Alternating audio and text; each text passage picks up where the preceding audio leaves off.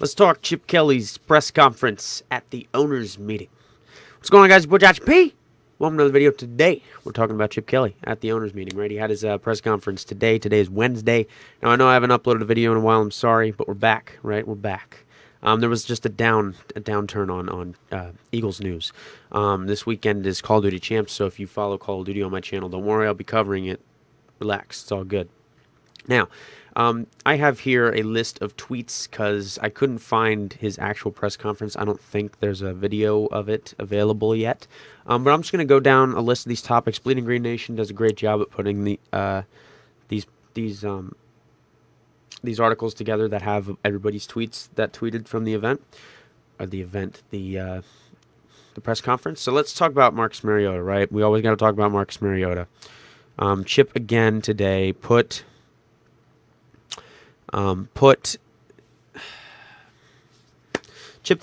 it out there again that Marcus Mariota is not most likely not going to become an Eagle, right? So he says that it would take a lot more than 2 first-rounders to get from 20 to 6, which it would. It would probably take another first-rounder and maybe even a later-round pick. But he basically just said, like, all right, so let's see here, for example, let's take a quote from him. Philosophically, I want to keep all our draft picks. You build your team through the draft, which is true, right? It's obviously true. More players are better than one player. And what else did he say? Yeah, that's about it. He said that Jim Harbaugh coached Andrew Luck in college, and nobody expected him to trade up for Luck, and he didn't. So there goes to show you that it's most likely not going to happen. Now, do I agree with him? Is it a smoke screen? Whatever. Honestly, in my opinion, I think Marcus Mariota is our quarterback this year, and I will refuse to believe that Sam Bradford is our quarterback unless now see, look, here's the misconception, right? I'm not against Sam Bradford being our quarterback. Fine, whatever. I think he fits the scheme well. I'm sure he'll thrive in this offense, but do I trust him? Do I trust the glass man? Probably not. But would I accept him as our quarterback? Sure. But I don't believe he will be our quarterback, and I refuse to believe that he will be our quarterback until Chip decides to extend his contract. That's just my opinion. Now let's talk about the cornerback safety situation, right? So we got Brandon Boykin and Jalen Watkins, two cornerbacks on this team. Brandon Boykin, traditionally a slot corner, and Jalen Watkins only played, I think, a few snaps here and there, and he played a couple snaps in the last game of the season against the Giants. Now, Kelly says that he's open to Boykin moving to outside. I don't know how I feel about that, and he's also open to Jalen Watkins having an opportunity to start at safety. Now we have Earl Wolf back there, right? But Earl Wolf is also another glass man. If Earl Wolf can stay healthy, I think honestly he's our best bet unless we get someone in the draft. I personally like Landon Collins, and if we're staying at 20, I think Landon Collins might be available at 20, and I would definitely like to grab Landon Collins. I think he is a long-term starter on this team. Everybody says he doesn't fit the scheme, yada, yada, yada. He's a great safety. He's a hitter, and he plays good coverage. So, I mean, I'll take Landon Collins all day long. But do I think Chip will draft Landon Collins? No. I would love for him to do so, though. But, yeah, I'd rather have Earl Wolf go back to safety. I know Jalen Collins played a little bit of safety at Florida, but I don't know. Earl Wolf knows the position. If he can stay healthy, I'd like to see him back there if we don't pick anybody else up in free agency or in the draft. I think there might be a few late-round safeties that we could potentially go after, but you never know. And also this year, like, Chip has complete control, so it's whatever Chip wants to do, you know what I'm saying? Like last year he said Roseman influenced the Marcus Smith pick, which I'm sure he did, but we never know. I think Chip is just a blatant liar a lot of times. He's just completely like, all right, so let's talk about Evan Mathis now, right? So when he was asked about Evan Mathis being on the team next year, he said he hopes so, and he said that he isn't actively shopping Evan Mathis, but Mathis has been given permission to seek a trade. I think that's a load of shit. I think Chip is trying to get more picks to move up, but hey, Evan Mathis is what, 33 now? Something like that, 32, 33? It's better to get rid of guys a year early than a year late, but I still think Evan Mathis has at least 1 or 2 more good years in him, and he's the best guard in the country, so I don't think we should get rid of Mathis, but that's just me. Alan Barber might start at right guard. That makes a hell of a lot of sense. He's pretty good. He just had an ankle sprain last year. He was supposed to be playing there when Lane Johnson was out.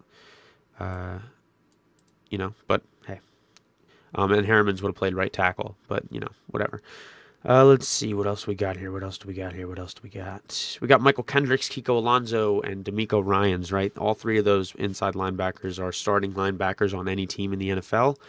And we have three guys. Why we're not cutting Mufasa yet, I don't know. Mufasa's D'Amico Ryans, in case you didn't know that. He's $6.9 million under the cap or against the cap. I think he's one of the highest now. He's the second to Bradford, I'm pretty sure. And then you have Mathis, which is 6.5. But honestly, we don't need to free up any more cap space. There's not a lot of good free agents left. Like, there's no reason to do that.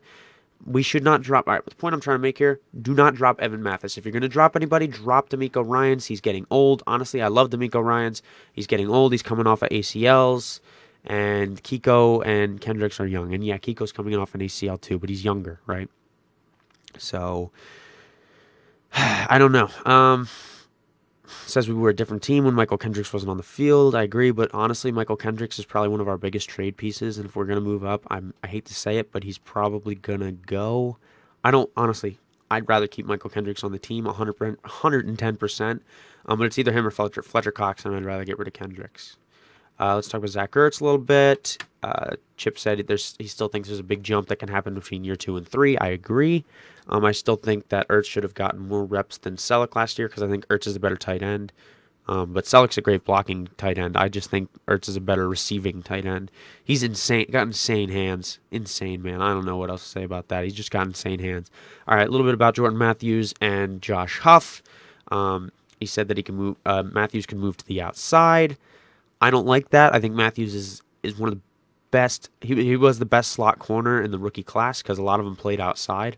I think he can be one of the best. I said slot corner, slot receiver out of the rookie class last year, and I think he can be one of the best in the league if he keeps playing slot. Insane. What do you have? 10 or no? How many touchdowns did he have last year? 8 touchdowns. Pretty sure. Yeah, over 1,000 yards. Right. I don't think I'm wrong on that. Hold on. Let me see this.